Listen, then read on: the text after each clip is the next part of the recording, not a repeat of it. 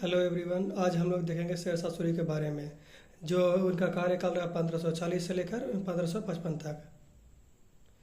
और इनका मूल नाम फरीद खां था और ये हसन खां के पुत्र थे। अब ये सोचेंगे कि शेर का उपाधि कब मिला। एक बाघ को मारने के बाद शेर खां का उपाधि मिला था इनको।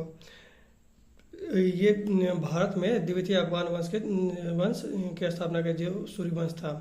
तो अब ये हम पता करेंगे कि प्रथम अफगान वंश कौन था। लोधी वंश, जिसका स्थापना किया था बालो लोधी ने किया था। अब हम लोग देखेंगे प्रशासनिक विशेषताएं। प्रशासनिक विशेषताएं में एक कबूलियत और पट्टा प्रणाली की शुरुआत किया था। पट्टा पट्टा बोला जाता है कि भूमि के माप और कर की दर के लिखी होती थी। अब हम लोग याद करेंगे कैसे पट्टा हम लोग किसी चीज़ को मापने के लिए भी जैसे यूज किया जाता है, पट्टा बोलते हैं। तो इसी से भूमि को याद रखना, पट्टा माप के लिए होगा। और कबूलियत किसान द्वारा चुकाए करके लिखित सहमति होती थी। अब कबूलियत को याद रखने के लिए है कबूलियत, कैसे कबूलियत और कैसे किसान को याद रखेंगे।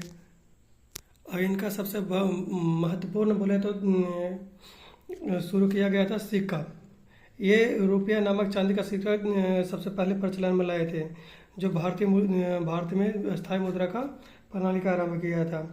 और इनका राजस्व प्रणाली देखेंगे तो औसत उत्पादन का 1/3, जो 1 बीघा में 1/3 चुकाना पड़ता था, जो खेती होता था।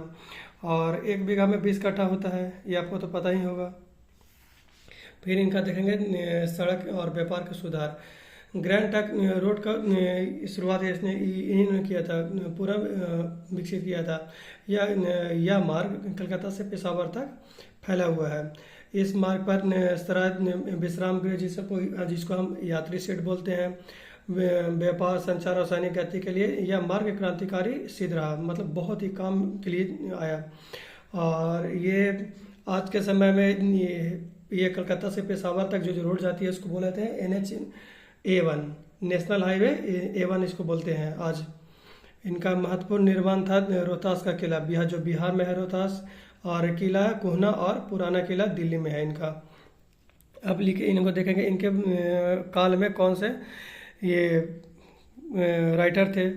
समकालीन कवि मलिक मोहम्मद जायसी, जिन्होंने परमावंत की रचना की थी। और ये 1545 में कलिंजर के किले में बम विस्फोट के बारूद के विस्फोट से इनका मृत्यु हुआ था। मृत्यु विस्फोट होने के 2 दिन के बाद हुआ था, ये ध्यान रखिएगा इनका। और समाधि स्थल जो सासाराम का किला बोलते हैं उनको, जो है सासाराम में बिहार में। और इनका उत्तराधिकारी इस्लाम शाह सूरी, जो 1545 से 1553 तक, और वादिल शाह सूरी अंतिम शासक रहे, जो 1515 तक रहा।